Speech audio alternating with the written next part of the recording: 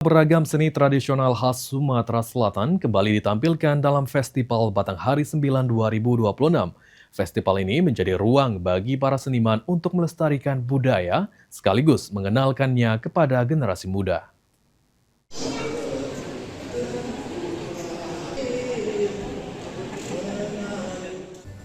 Tarian, musik, dan teater tradisional mewarnai Festival Batanghari 9 2026 di Taman Budaya Sriwijaya, Palembang.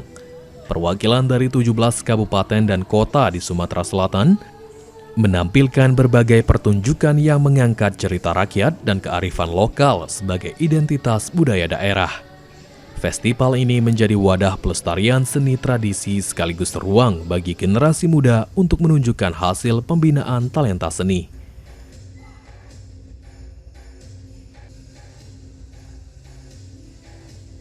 Ya, kita sangat bangga karena ternyata anak-anak muda sekitar tadi kita lihat penampilan cukup bagus dan anak-anak SMP, SMA dan juga ini merupakan potensi-potensi untuk menjadi seniman dan budaya di masa yang akan datang. Kepala Dinas Kebudayaan dan Pariwisata Sumatera Selatan mengatakan pembinaan talenta seni akan terus dilakukan, termasuk memanfaatkan teknologi informasi agar budaya daerah semakin dekat dengan generasi muda.